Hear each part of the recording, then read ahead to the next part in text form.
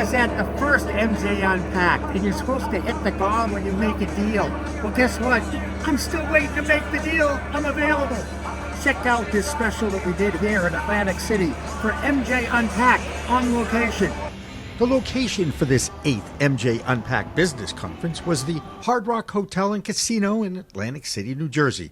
You can check out the Hard Rock Vault of Memorabilia. Of course, there was plenty of New Jersey rock legends in there with Bruce Springsteen and John Bon Jovi, the most well-known rock stars who call the Garden State their home. And refined white natural brown. This past week, though, it was all about the cannabis plant and business, featuring advocates like Precious Osage Arezi from the Precious Canna Company, one of the first black female-owned brands in New Jersey, who is respected by fellow advocates and her peers in the Garden State. And I can't express it enough. We need to continue to support minority-owned women, black women, people of color in cannabis. I know we're all thrilled and happy, but there's still a lot of work to do to make this equitable. We're in a different kind of landscape right now. Our country isn't necessarily reflecting what equity means. And trust me, I've gotten beat down since January 20th. I want to hold this industry accountable to make sure that if we're going to continue to be in this industry, you are supporting those who are still locked up for this, okay? Because it's not cute. So if you're build with integrity, thank you for all the support, and I appreciate you guys. What is it that differentiates your trade show, need-to-do trade show, from others in this space? There's quite a few things, but what's the one that sticks out in your mind? But I think the one defining thing that we do is curated, right? Like everything in our events curated. Our attendees are curated. We only allow licensed manufacturers in, accredited investors. We want decision makers, senior level people. Our booth products are curated, where they're custom booths that can be built for you, just sending graphics. We curate our content, make sure it's expert level.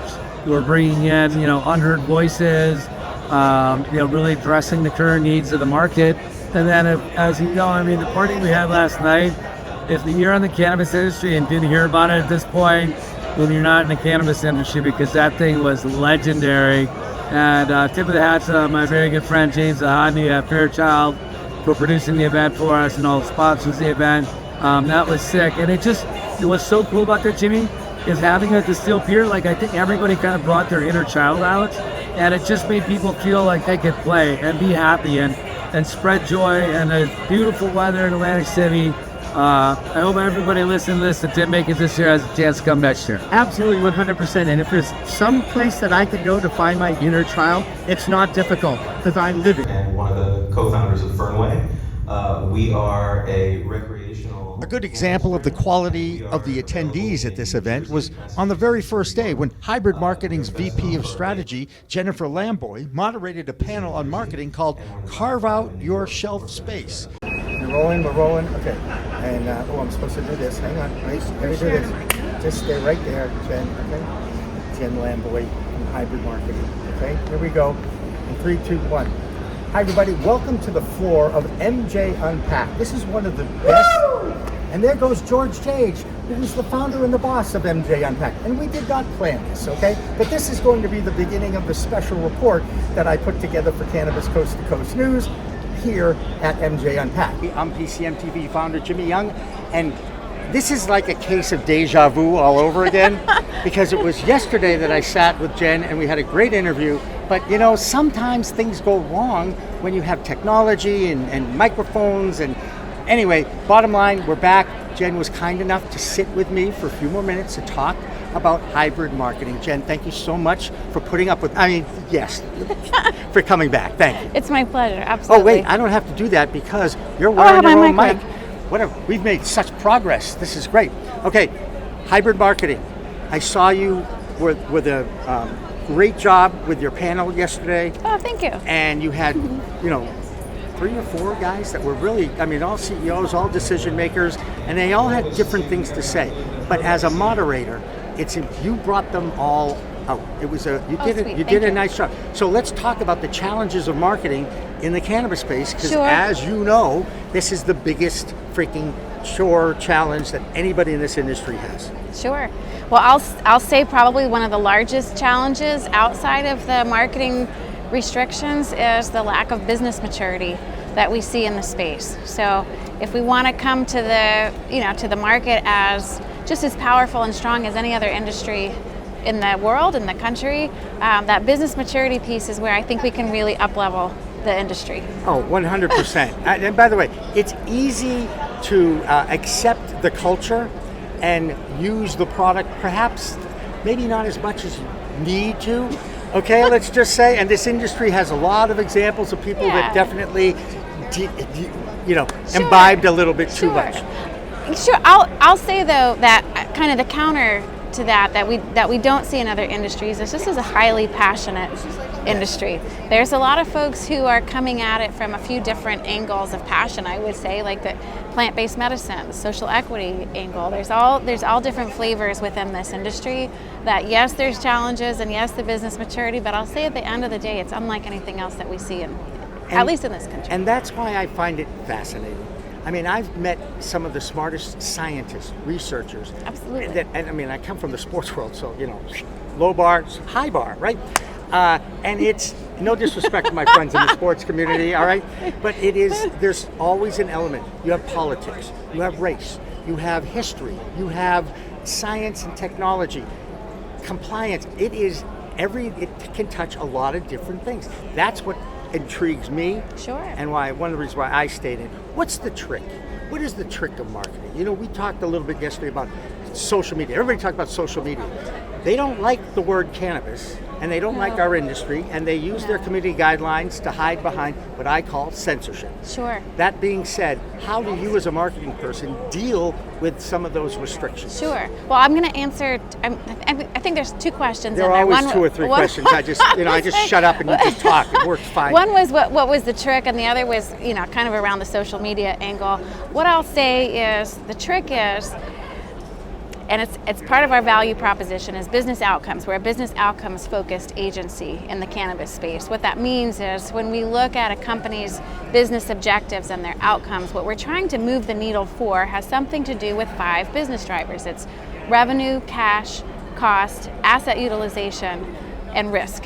So we need to mitigate risk, we need to increase revenue, we need to keep asset utilization where it is. So that outside of the marketing restrictions, if we come at this from an angle of, again, looking at business outcomes, business objectives, and apply the appropriate strategies that get you from point A to point B, whatever that looks like, that's the trick. It's really not a trick. Right. No, it's a process. It's experience. It's knowledge of of how marketing works, how business works. How business works. Absolutely. You identify your customer and you create messaging that's in that same space that they're using. Sure. Absolutely. Right? And of course, take out Instagram, take out TikTok, take out Facebook, because they don't like the word cannabis. Sure. I mean, it comes down to the target audience that you're specifically going after, and how you segment a message that not only resonates with who you're speaking to, but really shows who you are as an organization and how you want to show up in the space. So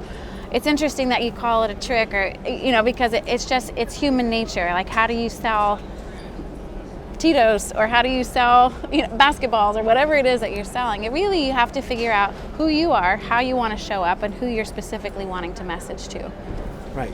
And you've done a great job, because how long have you guys been in business? I think I remember it was 10 years? 10 years, just over 10 years, yeah. So we started... That alone is exceptional, okay, especially in where you are out in Colorado and all that. Yeah.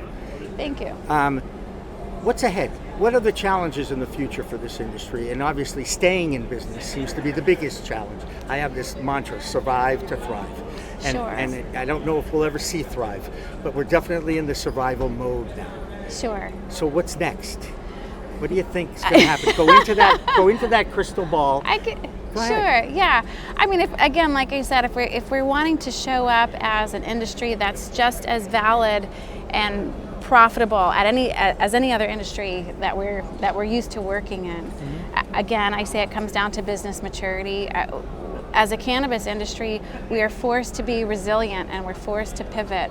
But if you're holding strong to a true strategy, then there's, ideally there is some pivot that's built into that. So while we are really good at being resilient as a adapt and improvise. You have to. You have to, especially with all the challenges. And at the same time, I'll say the thing that's hard for folks is is the shiny object or being reactive within the space. And so if you figure out the strategy and where you're going, who you are and who you need to speak to, that creates some guardrails for you so that when it comes to time to make decisions, you're not like, I'm going to pick this shiny thing and then I'm going to throw all my budget at social media, or I'm going to try this thing that my competitor's trying. So it's not, building the strategy isn't necessarily the fun thing. Like we're very attracted to the shiny things, but it's a thing that will be the secret to longevity, and whatever longevity means in this space. Is it Getting through tomorrow. 10 years? Yeah, but again, Yes. if there's vision, just like you would Correct. have in any other industry. Well, especially a startup. Startups are always looking, well, what's your scaling? How are you going to scale? How are you going to make your millions? How are you going to dominate the market? That's always the goal. And getting there needs this. I've been calling for strategy for a long time. I'm really glad I met you, because after all, she's the vice president of strategy for hybrid marketing.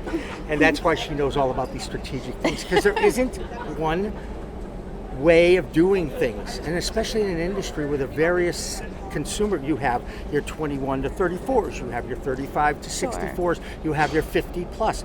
Everybody has a different what's going to attract them for messaging. Sure. And that means you have to adapt to different data points in that consumer stuff. You talked a lot about data and how decisions are made in the thing. I found that first of all, they all used it.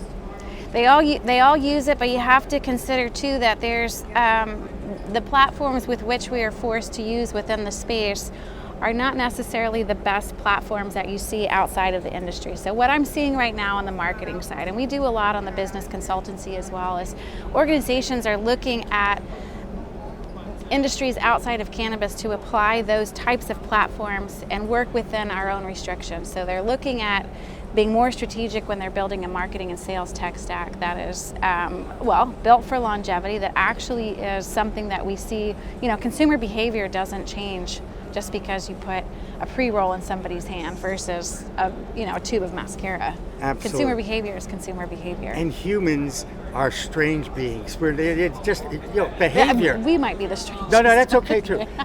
So Jen Lamboy is here, the Vice President of Strategy for Hybrid Marketing. They're based in Denver, Colorado. Yes, sir. Okay, and she knows her you-know-what, okay?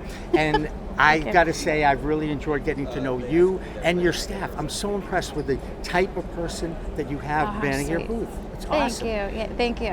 It just happens to be that we're strong at marketing, and we're also outside of what we do. Everyone's very strong individuals in the creative space as well. There you go. That's Jen Lamboy. I'm Jimmy Young from PCM TV. We'll have more from MJ Unpacked after this. Don't go away.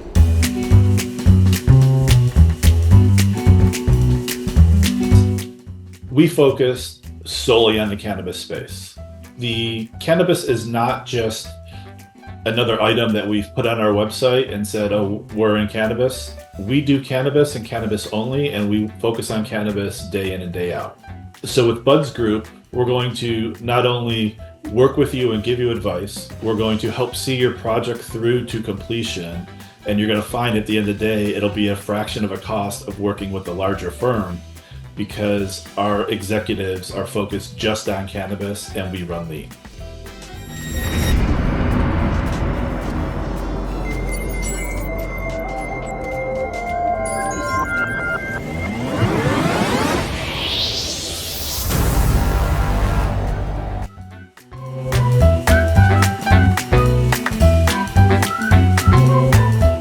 Hi everybody, welcome back to MJ Unpacked. This is one of the most prestigious conferences in the cannabis industry, and we're here in Atlantic City, New Jersey. That happens to be the state where I was born in. I am PCM TV founder Jimmy Young. Not that you care where I was born, but at least now you know that I'm back in my home state, if you will. And we are so happy to be talking with, actually we're going to be talking with two people, but one is the marketing person for Bud & Mary's. It's probably one of the most well-known brands in the cannabis space, out of Colorado. Yes. And Rebecca Maestas Sincere. Correct. Did I get it? You got it. You got it. Right. Well, I don't have to give her the microphone because she's wearing a microphone. I'm not used to having two microphones. Rebecca, thank you so much for joining us here and kind of kicking off the MJ Unpacked. What's your impressions of this trade show, and what differentiates this trade show from others you might have been at? Yeah, I think MJ Unpacked provides a really intimate environment for people to make meaningful connections and walk away with some really great new opportunities that they can follow up on later. So in fact, at the last one in St. Louis, end of last year, we met a couple of really great people that we've kicked off a partnership with as we enter a new market for us, which is Illinois. Illinois, we know Illinois. Yes, we have a very special correspondent in Illinois from my news show as well. That being said, people who do watch Pro Cannabis Media are familiar with Cannabis Coast to Coast News, anchored by Elena Pinto. I produce that every week. I'm very proud of the fact that we are documenting the fight to end cannabis prohibition. Sure. And I fulfill that vision every week with the production of that news. So I'm very proud Beautiful. of that. And thank you, Bud and Mary's, for talking to me Sure. at all. Thanks for having me. No, I appreciate it. Come on. And marketing. Yes. You know, this is a challenging industry. There is probably no other doubt. industry in the history of American business that is as regulated, overtaxed, over-compliant. It is the most difficult industry to be a part of. And yet, the people that are in it are so passionate. You know, no, it's like everybody thinks you're in the cannabis business. Oh, you're going to make millions of dollars. No. Nope. You're just Good, that was quick. But it's such a challenge. Now, in marketing, they're not allowed to do it. Right. What kind of a challenge do you see that for Bud and Mary's, and how does Bud and Mary's overcome those challenges? Yeah, I think it's really about omni-channel marketing. Omni-channel. Yes, so being able to hit our consumers in lots of different ways, depending on where those eyeballs are. So whether that maybe be digital programmatic advertising, where we're serving ads to them in their natural environment, let's say as they're scrolling on ESPN, for example, or maybe they're on Weed Maps, just depends. So a lot of that digital advertising has really paid off for us. Plus, you can tie an ROI to that directly, which is huge, right? So it's better than a lot of other out-of-home media channels, including billboards, radio, a lot of things that were more traditional media.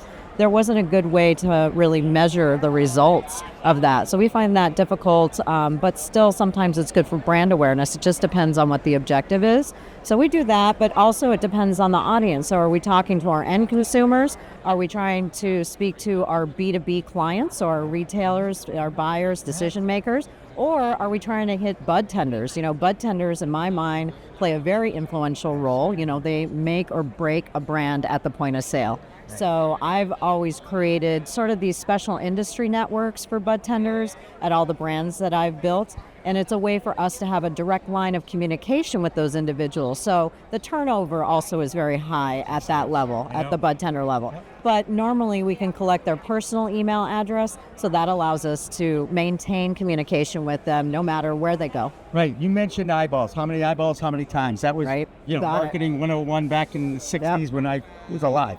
Anyway, but it is even more challenging now because now it's data collection. It isn't just putting the message out there. You need to engage with the audience to get them to trust you enough to share their email with you. Correct. And yet those of us who get hundreds of emails every day probably spend a few minutes every morning deleting every one I have that I really don't need, but I also don't want to disturb any of the numbers. You know, I'm very sensitive to other people's feelings. You know, I just am. Just how I am.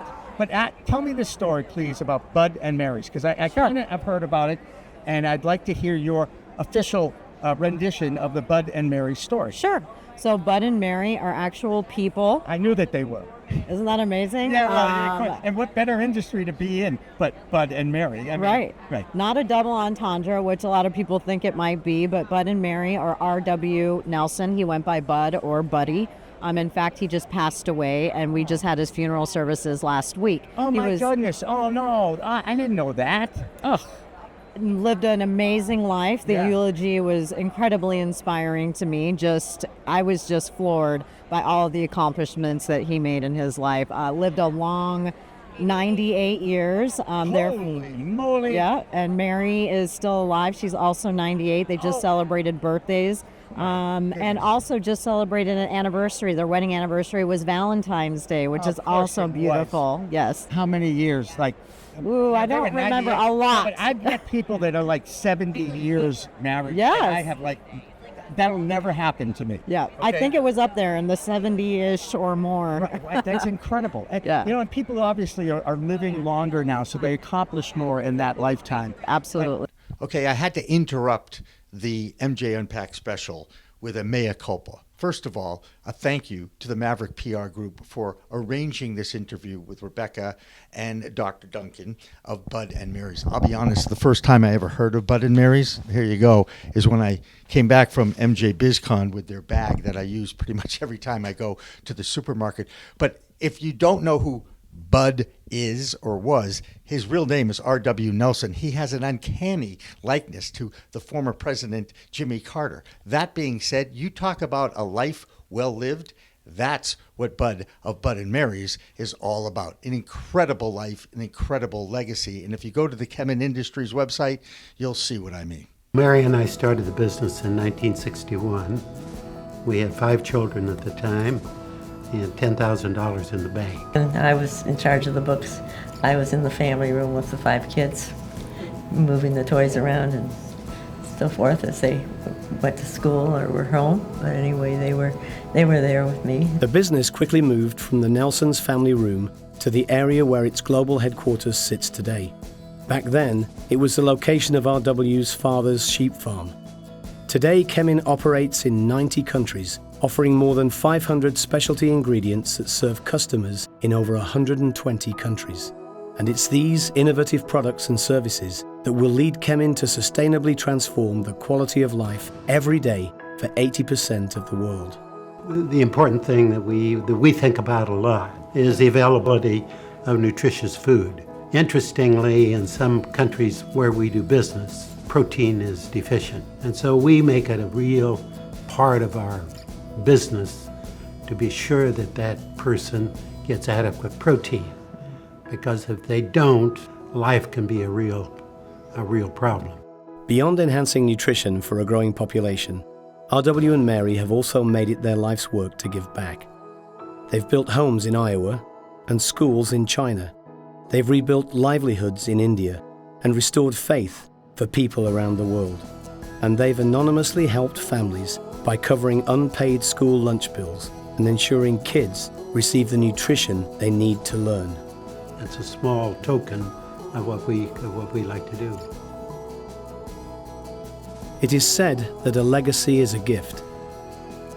It is accomplishing your life's purpose and having it live on after you're gone. For the past 60 years, RW has spent every day making the world a better place. And because of him, it is.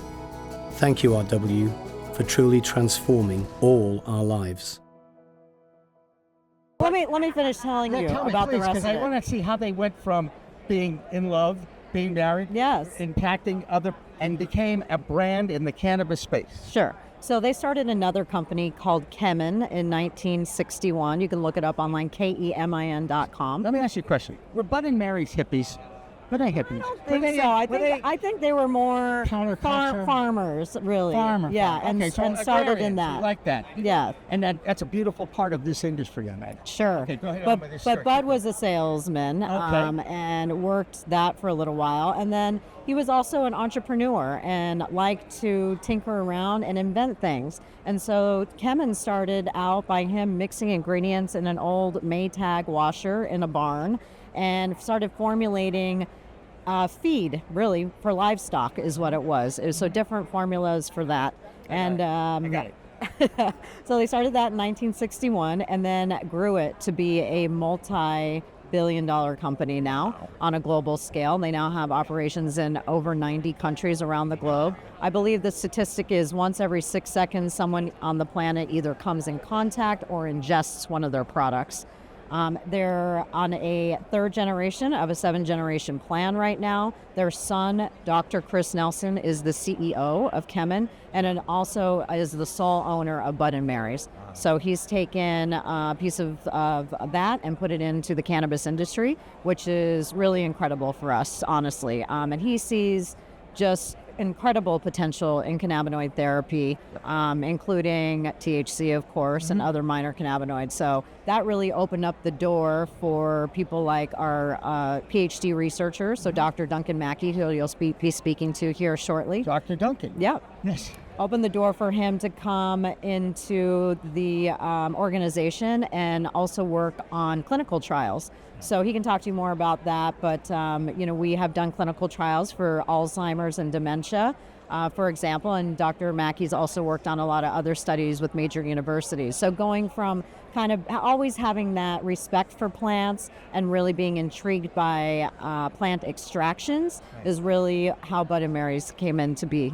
And it's really the future as they continue to learn more and more. And I don't know if you saw the news item last week about this huge analytic study of past reach of 10,000 peer-reviewed studies. Sure. And the impact between cannabis and cancer.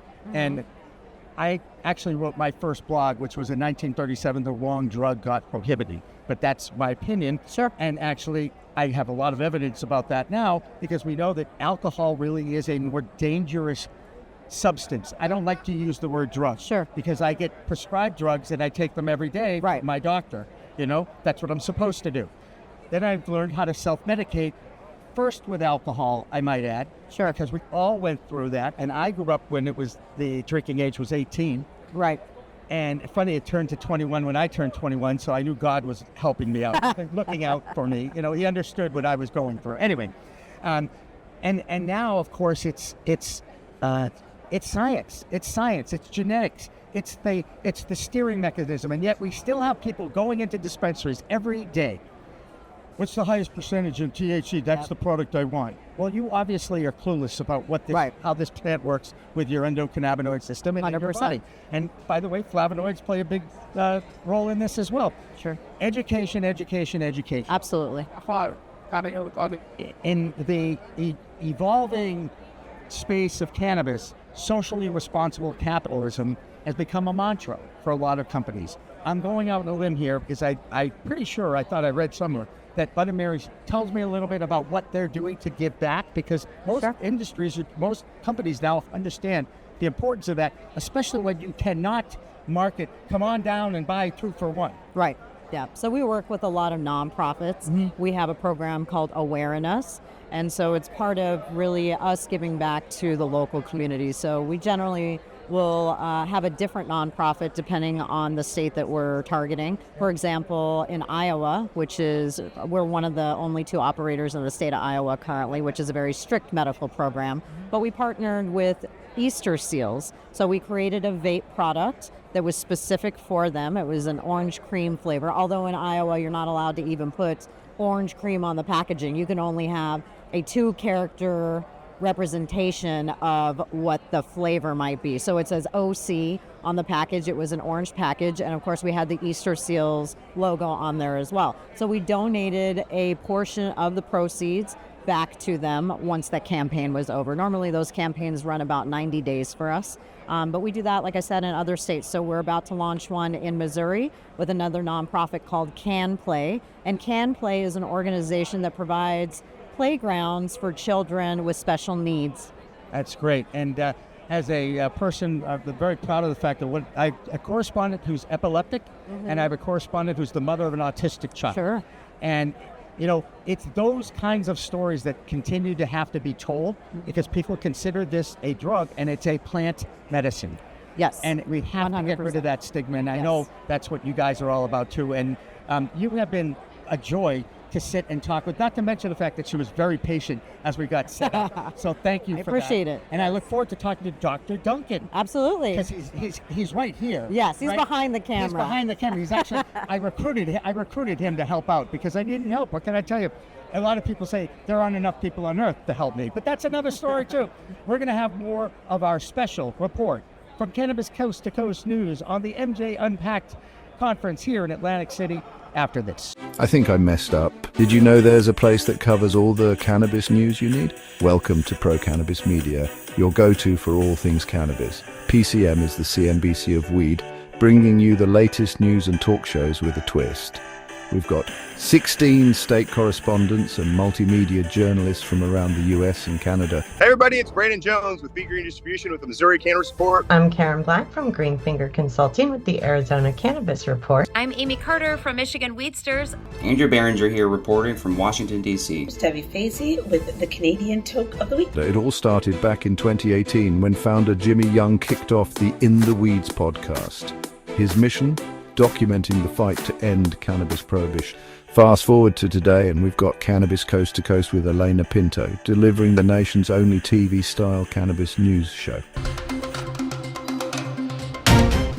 Hi everyone, welcome to another edition of Cannabis Coast to Coast, PCM TV's weekly roundup of industry news from California to New York. I'm Elena Pinto. As of August 2024, PCM has racked up over 1.2 million views and 14.5 million impressions on our YouTube channel.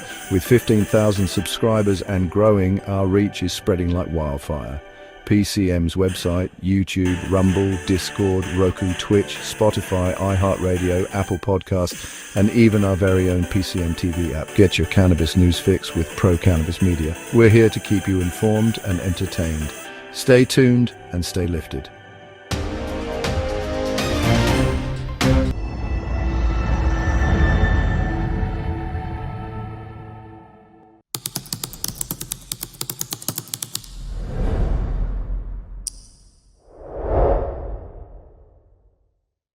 Welcome back to the special report on Cannabis Coast to Coast News. I'm PCM TV founder Jimmy Young, and this time we're joined by another member of the Bud and Mary's family. And by the way, deepest condolences for the passing of Bud. Yes. What an amazing life. A celebration, I'm guessing, yes, of his life. Truly.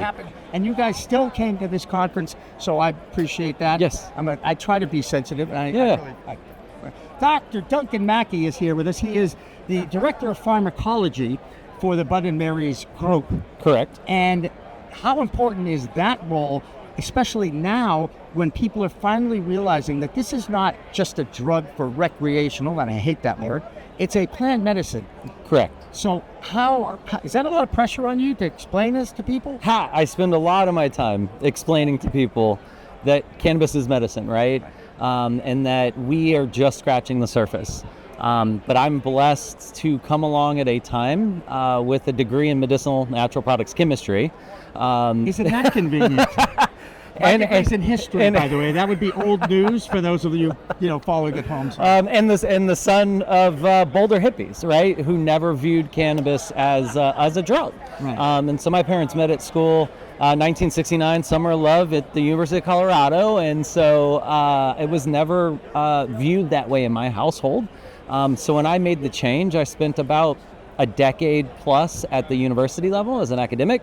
But when I came here, it afforded me an opportunity and support from not just advisors, but my family, who said, you should go do this. Like, this is crazy that you get to do this. It is. By the way, I get to talk about it, so that's pretty crazy. And think about this. My career went from sports to weed.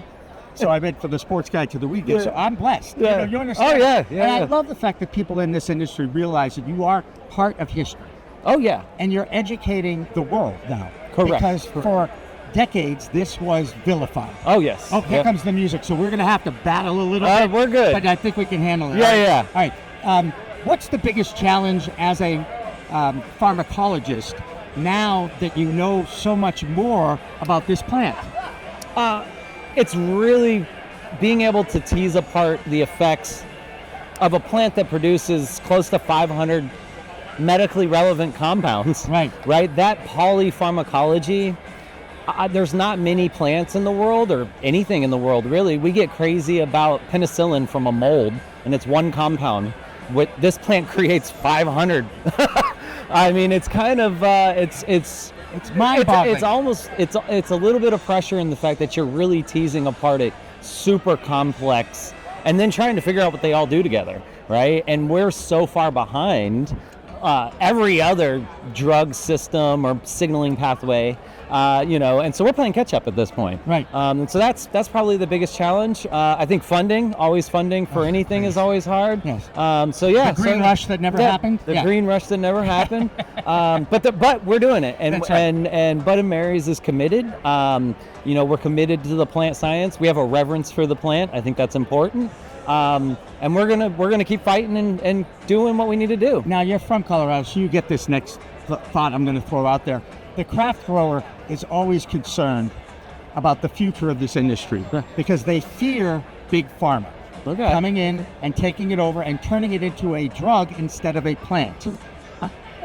I think the plant's always going to have a place. I prefer the flower myself. You win 50% of the market. Yeah. So that's, I get it. That's right. And how many products other than maybe sugarcane do you cut it down and dry it, and that's it.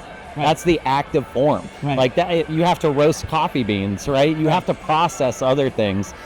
So I think flour, to anybody who's afraid of that, I think don't be. I think most people understand. But I do think on a medical side of things, understanding what the components do as individuals and then how they interplay with each other, that's going to be key for people who are seeking some kind of relief, right?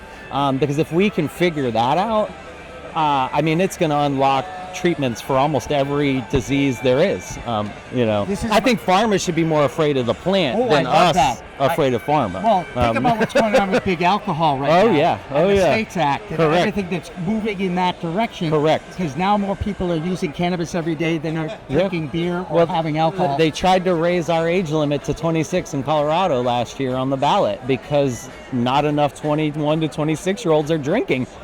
By the way, we covered the whole Colorado Springs thing. Yeah. Over the last couple of months. Oh yeah. And it bothers me that democracy is now becoming under attack and cannabis being used as a pawn.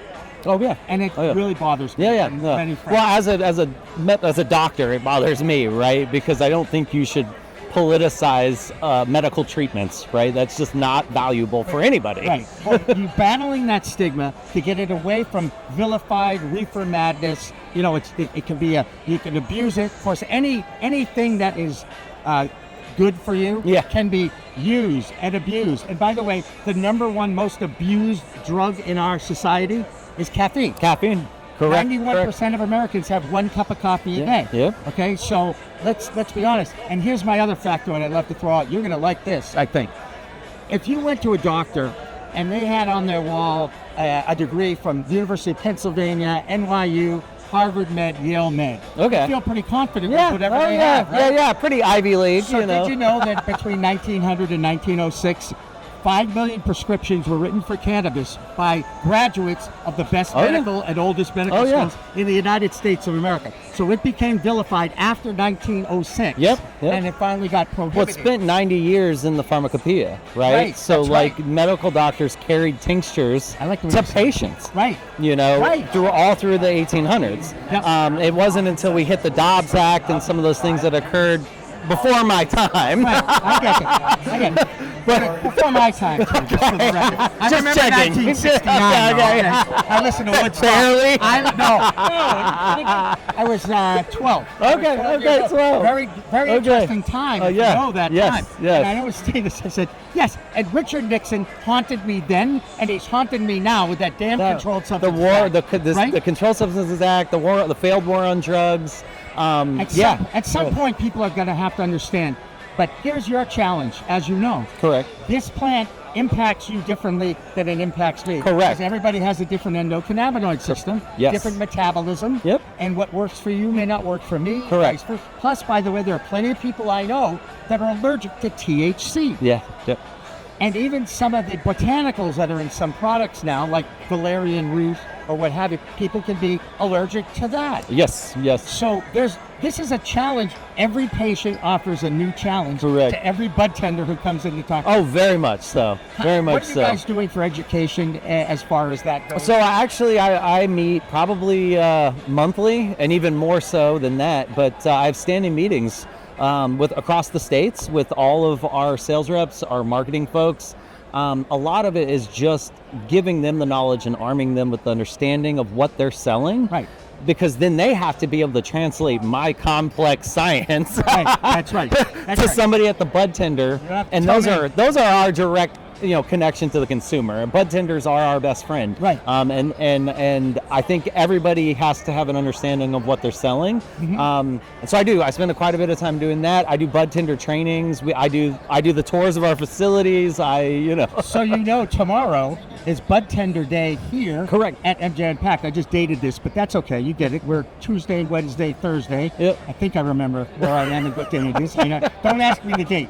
Oh no, I know. May 1st is May Thursday. 1st, yeah. May 1st is Thursday. I remember that. That's going to be the Bud Tender Day at MJ Unpacked, and I know we'll talk to some of them while we're here to do these special. But I could talk to you forever. Anytime you want. No, I appreciate that. I really do appreciate that, and I like your personality too. So, Bud and Mary's is, and how many states is your stuff in? And I probably want to ask you one more question about hemp before we go. But Yeah. How many states We is Bud and currently Mary's? service 4 states. 4 states. Colorado. Massachusetts one of them? Not one of them. Oh, really? And I would have to talk to my vice president of marketing and my operations folks to figure out what they're game planning. Right. Because obviously we're thinking long term. Yeah. As was mentioned, we're in 3rd generation, family owned company. On your way to 7. And the goal is 7. That's what I've been told. And so that could be another 100 plus years is the goal, right? I love that. Plan to be around a long time, right? That's eternal. Yes, It's an eternal goal, and I love that. And I don't plan to be around for the 7. No. Tomorrow, if I'm here tomorrow for the Bud Tender Day, I'm going to be Hey, proud. It's I'm my happy. favorite I'm day happy. that Yeah, I live yeah. to tell the story. Yeah. It's my life philosophy Okay. every day. Yes. Now, everybody thinks I'd be a great salesperson. I'm not. I'm a great storyteller. Yes. A lot different. Yes. Big difference. Because I don't listen, I don't follow up, and I'm horribly organized. Sorry, that's the truth. I'm comfortable with it. I'm very self-aware. All right? And I don't mind. I want people to just accept me for who I am. Is that so bad? Isn't that what we all want? Don't you want We all. that? That's almost all I've we had want. a lot of therapy. Yeah. Okay? There's a team of therapists that know me, both physical and mental. Yeah. But that's all right. Duncan, first of all, thank you. Thank you. So much Thank for you joining so us. much. I probably should ask you one more question about hemp. Yes. Because something happened in the news about 3 weeks ago. Curaleaf, one of the biggest companies in the world, if not the biggest, depending on how you value that and judge that. Gauge size. Right, Yep. right, closed a licensed medical dispensary in Florida and opened a hemp store. Yes. Is that the future here, or are we going to finally get a single regulatory body to be in control of that plant, which I think both sides of the plant want? Yes. If we had without federal intervention, I don't think you'll have a coherent anything. And even with federal intervention, I don't know if you'll have federal intervention. By the way. And I remember that farm bill in 2018, and I remember going to it was a luncheon with attorneys the next day.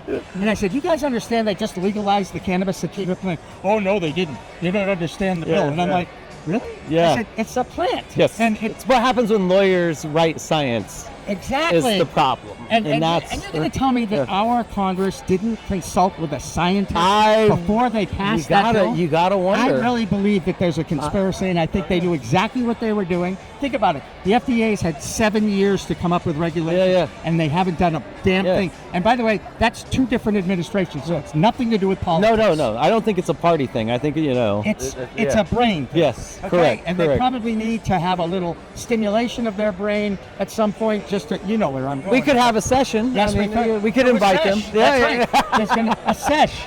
Absolutely. Hey, thank you again. Yes, thank you so much. We're going to have more of this special, more of my, whatever I do on camera here to make myself entertaining and edutaining, because that's what I really believe in as an educator, that we have to share what we know with others. And we're going to continue to do that on this MJ Unpacked special on Cannabis Coast to Coast News after this.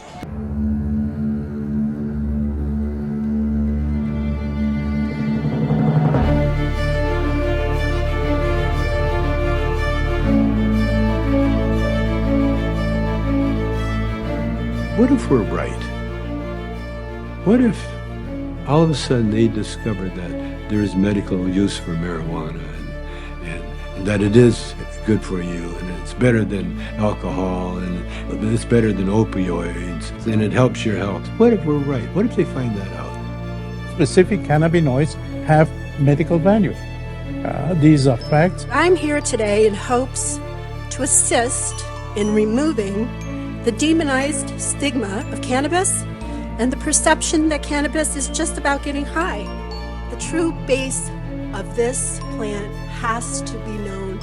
I don't think anybody should ever go to jail for cannabis. Get some medicine, and everybody should have access to it. This is something which, at the very, very least, is the key to alleviating suffering and extending life for millions of human beings. Right? For returning some kind of balance to our society, and quite possibly of restoring our planet's natural balance as well.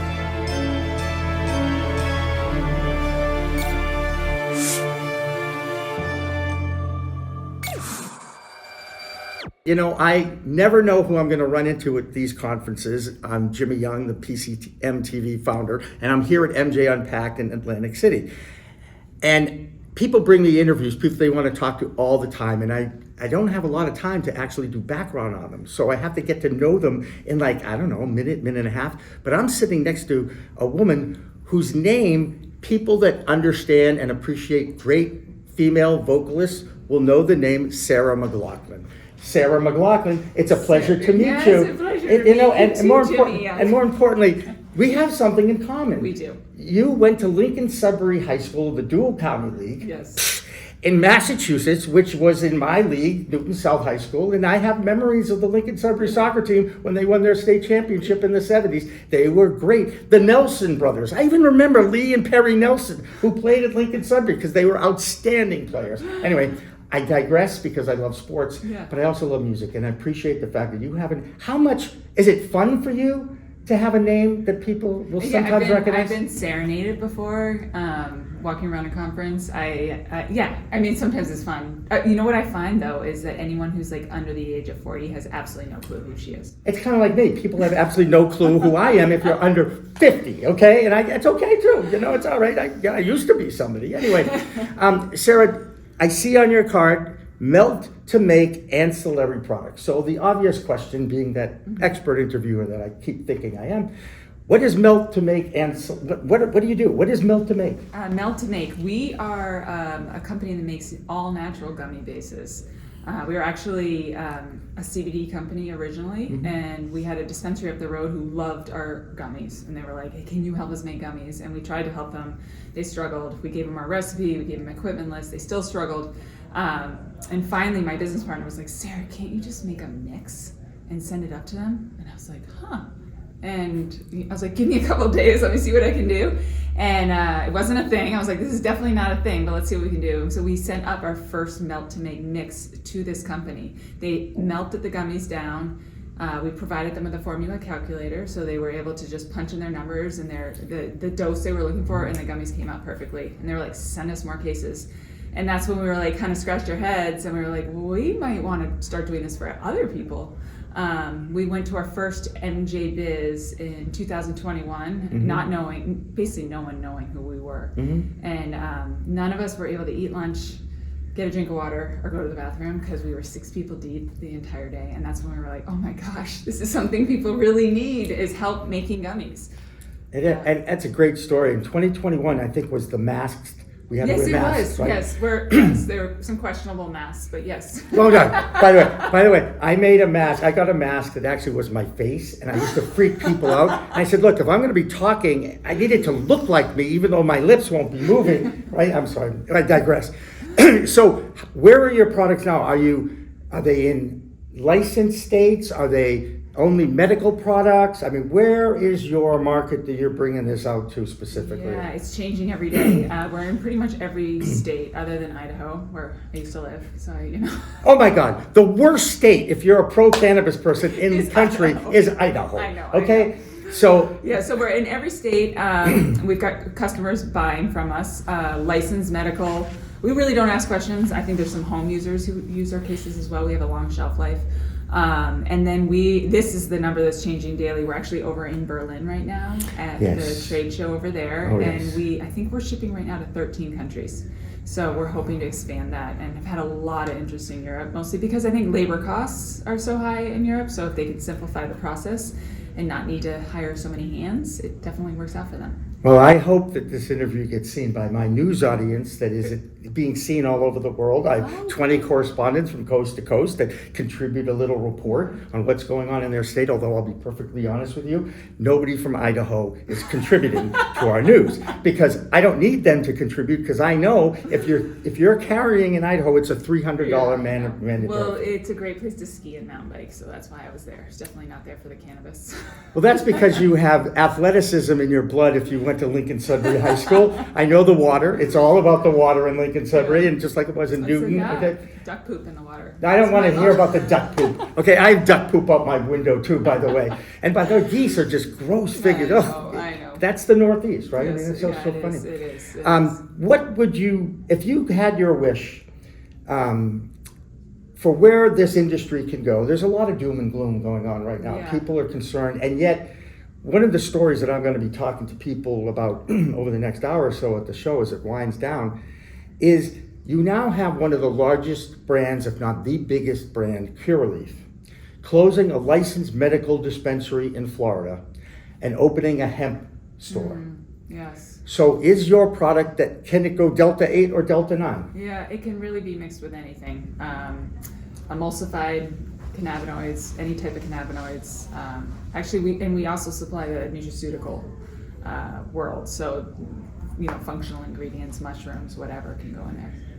Well, that's very interesting unto itself. I try to avoid the mushroom argument because I don't like to give any more weaponization to prohibitionists. Yeah. First you want us to, legalize cannabis, and now gateway theory, is going to take us to psilocybin. And, to be honest with you, I've never done a psychedelic. Okay, now I was a regular user of cannabis as a 14-year-old at Newton South High School, and I'll admit it. I think one day I actually may have played under the influence against Lincoln Sudbury High School my junior year. Okay, sorry. Some of my best games, I can tell you, were under the influence. I was very creative, and I'll never forget, I would get written up in the local newspaper for having a good game, and it just said, I go, wow, maybe I should be doing it every game, right? No. Anyway, I digress, because you've definitely hit a nerve with me, as you know. I love it. Delta 8, Delta 9, the fact that the world is changing now, the fact that there's talk about one regulatory body for the plant industry. Yep. Is that something you think you can still work within parameters and regulations that hopefully will be coming out in the near future? Oh, that's a great question. Yeah, I mean, we're in a unique position because we're just an ingredient company, so we can ship anywhere. Wait, there's interstate commerce in cannabis? I am shocked to hear that. Oh, I know. So we since we don't have cannabis in our product, we help people put it in. We really are not held to any of those regulations. We do follow the regulations closely, though, because we're constantly dealing with each different state that we work with, some of their challenges. We're just trying to position ourselves so that we can work with the big guys as well as the little guys when that day comes. So you've got a unique product that you can share with just about anybody, anywhere. And now, is it all privately owned? Do you guys have any investors behind We it? do have investors. Yeah, we've got amazing investors, and I have 2 other business partners as well. So we're a great team. They love spreadsheets. I love inventing. So, You need the spreadsheet people. And then I got someone who likes to raise money. So, we're a good team. I don't want to ask you specifically about MJ Unpacked. I'm going to guess you've been to a few other trade shows. Yeah. Yes? Okay. What differentiates this one from others that you've noticed? Well, I'm not going to lie. I got in last night, and then I was on a panel this morning. So I literally just stepped on the floor like an hour ago. Is this the first one you've been to? To MJ Unpacked it is. Oh, okay. So what drew you here? Yeah, well, our team loves this show. Yeah. So they're constantly signing up for the MJ Unpacked throughout the country because they're small, they're more intimate, they're easy for us to go to because the booth's kind of set up all ready to go. It's not as heavy of a lift, and we make a lot of great connections. It is the quality of the attendees Yeah. that separates this show Yeah. from others. This is what I found since the very first one that I was at in Vegas. Yeah. At that year. Yes. I remember meeting the 40 Tons group, and I got to actually, it took me 5 years to actually interview the 40 Tons group this year. I saw them at NECAN in Boston, but really funny. Well, first of all, it's a pleasure to meet you. Yeah. I won't ask for your autograph. Oh, okay, I appreciate it. You can if you want. No, I didn't know. Won't get you very far. By the way, I say that to people back in the day when I actually was a public figure and people thought my signature was worth something. And I go, it's not even worth anything on a check. Why would you want me to sign anything for you? Anyway, Sarah, pleasure to meet you. I can't believe, I feel like I'm meeting an old friend because you're from the hood, if you will. Yes. Even though it was, probably 30 years before I got to that hood. But that's Well, my dad was in Waban too, but he's older than, I'm going to tell you right now, he is older than you. But he lived in Waban. He lived in Waban. So I grew up on Waban Ave. Shush. I swear to God. The Walker family. Walker family. All right, I'm going to have to think about that. And Lord knows Google is around, so we're going to find that out. But Sarah, great to meet you. And I got to do a shout out to the Proven Media Group that has been the PR group of record here at MJ Unpacked. They've done a great job finding me great people to talk to. And that is so important for a talk show host, interviewer, and executive producer.